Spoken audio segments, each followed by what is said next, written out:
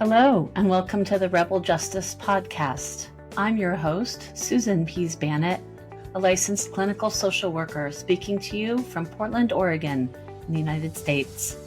Our guest for today is Linda Aspey in the UK. Linda is a therapist, clinical supervisor, coach, consultant, and environmental activist. In recent years, she has focused on leadership and communications in climate psychology, the environment, and social justice. She studied at the Oxford School of Climate Change and the Cambridge Institute for Sustainability Leadership, where she is now an assessor and is a trained carbon ambassador, work that reconnects Active Hope facilitator and certified climate coach. Linda speaks at and facilitates meetings for local and national climate groups and for the Climate Psychology Alliance. She writes on climate for various magazines, including Coaching at Work magazine. She is co-editor of Holding the Hope, Reviving Psychological and Spiritual Agency in the Face of Climate Change. Welcome, Linda. Hi, Linda. I've really been looking forward to having this conversation with you. I watched several of your talks. As a therapist myself and as a trauma therapist myself, very interested in having you talk about eco-anxiety and how you got really involved in bringing that awareness to your community. Yeah, sure. Well, I think it probably started with a personal experience, which I find a lot of people get involved in this work because they have had a personal experience. I had been aware for many years of a decline in our environment, and I heard a radio documentary called The End of a Radio Program about insect decline, in particular butterflies in the Netherlands. And they said in the last 130 years, the Netherlands had lost 84% of its butterflies. I don't know why it hit me so hard that day, but I just found myself trying to drive the car and finding myself absolutely flooded with tears. I had to stop and pull over, and I kind of wailed and just wept. And so when I got home, I spent the whole weekend on the internet trying to find out more. Well, how could this be? 84%, how could that be? And I walked around in a state of deep distress for 2 or 3 weeks, not really sure what to say to anybody, because I had that, that doomy feeling. And I then sort of threw myself into learning more, threw myself into the science, and went to various British academic schools to learn about climate science and stuff. But I was still aware that I hadn't really done any processing work. And I discovered Joanna Macy's work that Reconnect. And that enabled me then to really reach into what was going on and understand some of my feelings and understand my despair, really. So who was that again? I didn't quite catch that name. Joanna Macy and Chris Johnston's work, Active Hope. Okay, Active Hope for our listeners. Coming from her body of work and many others, she's the root teacher of something that's known as the work that reconnects. And that's a beautiful set of processes and rituals that allows people to feel into their pain instead of avoiding it, and to process it and metabolize it a bit better. Yeah, so you're really calling people to come out of their denial and their avoidance of what's a very, I think, overwhelming thing for all of us to be part of. So tell me how you think this affects, or how you've experienced this affecting clients and just people, everyday people walking around. Well, it's changing, but still for most folk, it's a subject, as you said, it's overwhelming. They'd rather not think about it. They'd rather not talk about it. There's a guy who's written about socially constructed silence. And socially constructed silence is where something becomes so difficult to talk about, and it's sort of taboo to talk about it, that if you do talk about it and raise it, you get little signals from people saying, don't go there, don't raise that, that's a difficult subject. And it's not just climate, there are other things that have socially constructed silences built around them. But what's very interesting about this is that not only does it make it very hard to talk about it, it also almost in a way suppresses the thought about it. You don't even think about it. So most people would rather not think about it. So they'd rather carry on their lives. They don't know what they can do. They feel powerless and helpless anyway. What can little me do against all of this complex, wicked problem? So I think a lot of people are just carrying on as normal. There's a gnawing awareness somewhere, and sometimes, as in my case, it doesn't take much to really lift that lid.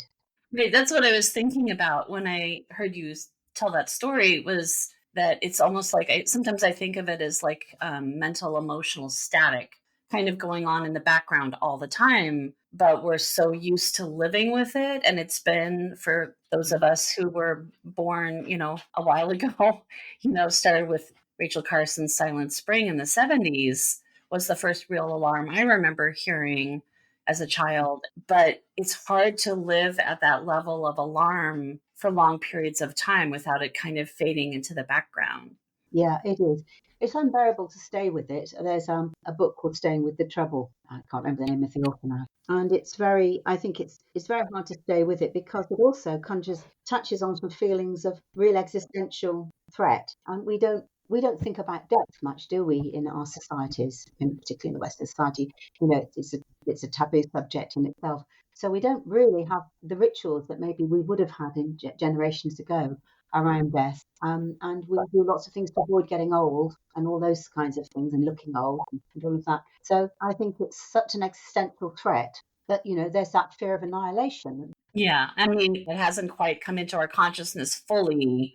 We're all suffering with this awareness, and some people more than others. Obviously, people like in Lahaina, Maui, or people who are like immediately in the throes of this. Do you think people have to be in crisis before they allow this into their awareness? Or do you think there are other ways to bring this to people's awareness? Well, I do meet a lot of people who have had this wake up moment, this massive wake up moment. And for me, it was almost like a physical blow. It's like I'd been punched and I was winded, I just couldn't get my breath back. So that's for some people. For others, I meet many people who've worked with this stuff for years, and there's been a gradual dawning of the enormity of the situation hits them. But a lot of the time, yeah, I think it's very different for different people. And as you said, maybe it needs a crisis. For many of us in the global north, we haven't knowingly often been impacted by this. Actually, we are. We're all breathing filthy air. We're all suffering from a lack of the biodiversity in our environment of which we're part of. So we are actually seeing that, but we don't really notice it enough. And of course, there is that shifting baseline thing that I grew up seeing loads and loads of butterflies on my buddleias. I see one or two now and I get really excited. My nephews and the children around me, they'll only see one. So their baseline is going to be very different than mine. Right, exactly. So I want to come back to this idea of socially constructed silence. And I'm really interested in how much you think that is a sort of an interpersonal cultural phenomenon that's defensive, and how much of that might be engineered by powers that be that are still benefiting from activities on the planet that are causing harm. I think you've made a really good point there. Socially constructed silence was written about by a guy called Eviata Darrenbell, I believe his name is pronounced, some years ago. And I think there are several things at play here. It's like everything, it's complex. First of all, we do get quite mixed messages from media, from advertisers, from polluters. So I've got a great image that I took a screen grab one day, and there was a guy doing the weather forecast on an American TV channel. And it was December 2021, and it showed behind him the whole of North America lit up red practically with the heat. And there were really big words like, extreme weather, unprecedented event, unprecedented heat, droughts, fires. So it was very dramatic language. And so you see all of this, and then on the side of the screen was an advertising banner running, and it was showing flights from London to Dubai for £9. These kind of quite mixed messages, well, it's really bad, but is it? So it's only a flight and it's only £9, and without realising the dissonance of that. So we're used to living with a sense of dissonance. I think if you talked about things a lot, you'd actually have to keep addressing the dissonance, and addressing dissonance can feel very uncomfortable, but so can actually living with it. Yeah, advertisers. I grew up in an advertising household, actually, with a father who made sure his kids were media savvy. But it's so, if you haven't grown up with like that kind of critical awareness and thinking, it's so hard to see how that dissonance is being like thrown at you constantly. Can people balance out their needs for fun and doing what they want to do with aligning their behavior in a way that stops the progression of this? I think that's a really tricky piece. What do you think? Yeah, I think you're right. The things we do individually will make a difference, but of course you need lots and lots and lots and lots of people to put pressure on the systems so the systems change. So I don't hold a lot with holding individuals responsible. Yeah, we can all make better choices, and I've chosen to make better choices because for me that's about living my values. Because even if one flight won't make a difference, really, I have to feel true. I don't want to do that. I know that it's causing harm, and whilst my one flight, in the scheme of things, isn't going to do that, I just have to live with the choices I make. And of course, some of the large polluters have put those messages out to us that it's all about us changing our message. And even the word climate change, they should have called it global boiling. In the United States, you have this whole dialogue from the red states saying, like, see, it was a big snowstorm. The climate's not warming. It's like really just education of understanding what it looks like when the climate really starts to change. I'm wondering if you've had success with groups sort of breaking through this denial. Like, what are the techniques that people are using in terms of either their counseling or their activism that help with surfacing this awareness more? I think if I can just, for a second, before answering that, if I could just talk a bit about the role of the media. They have known for many, many years that we're in this situation. They have known for many years that climate change is real, it's happening, etc.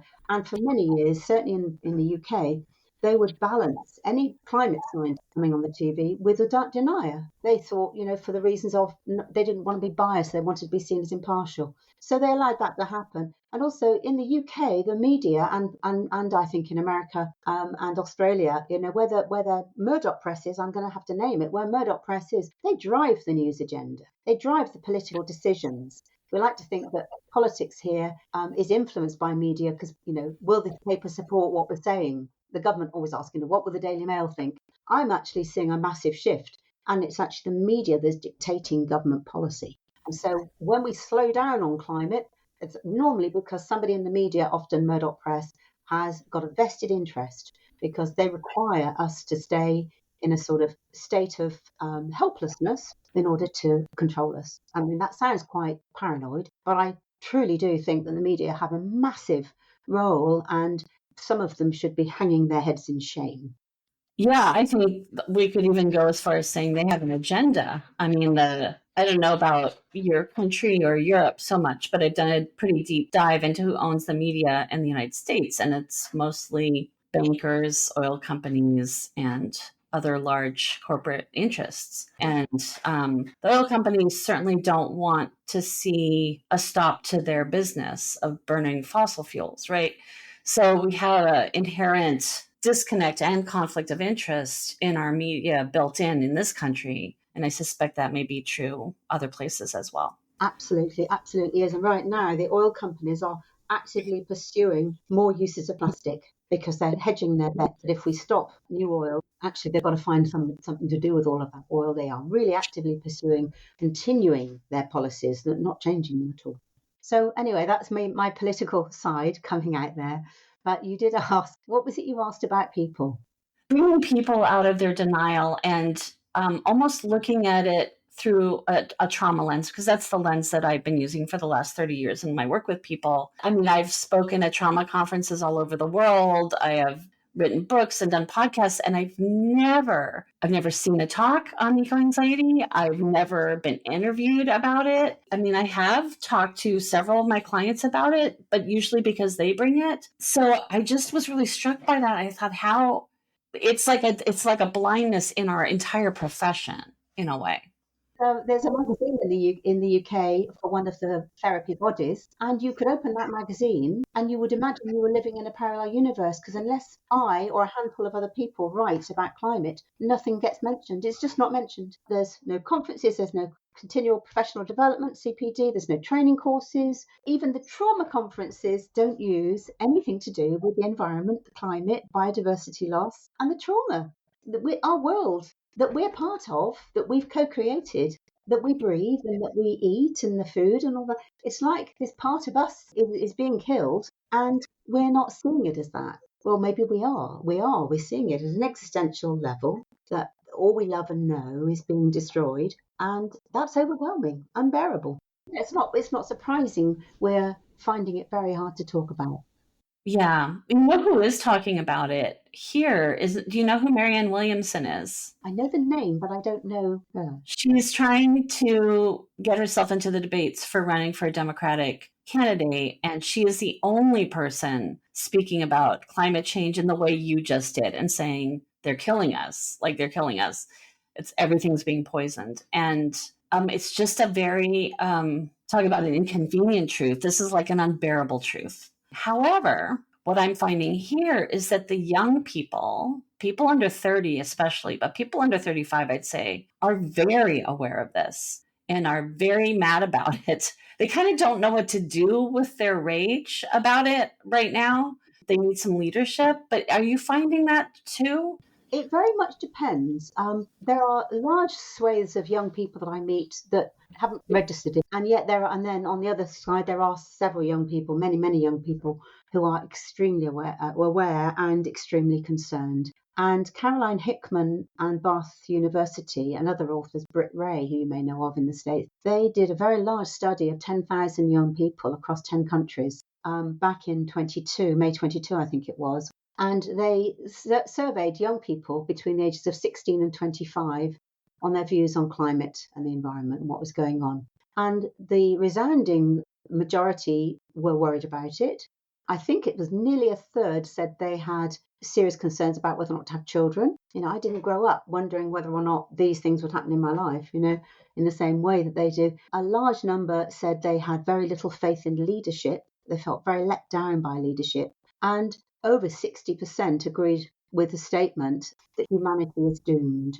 I mean, that's an extraordinary thing for a young person to grow up with, and this is all coming to the fore as we've been living through the COVID pandemic. So they've seen this existential threat where numbers of people were dying, where life was completely halted, where we were imprisoned, where we couldn't do the things that people normally do to comfort each other. We couldn't hold hands, we couldn't hug, we couldn't kiss.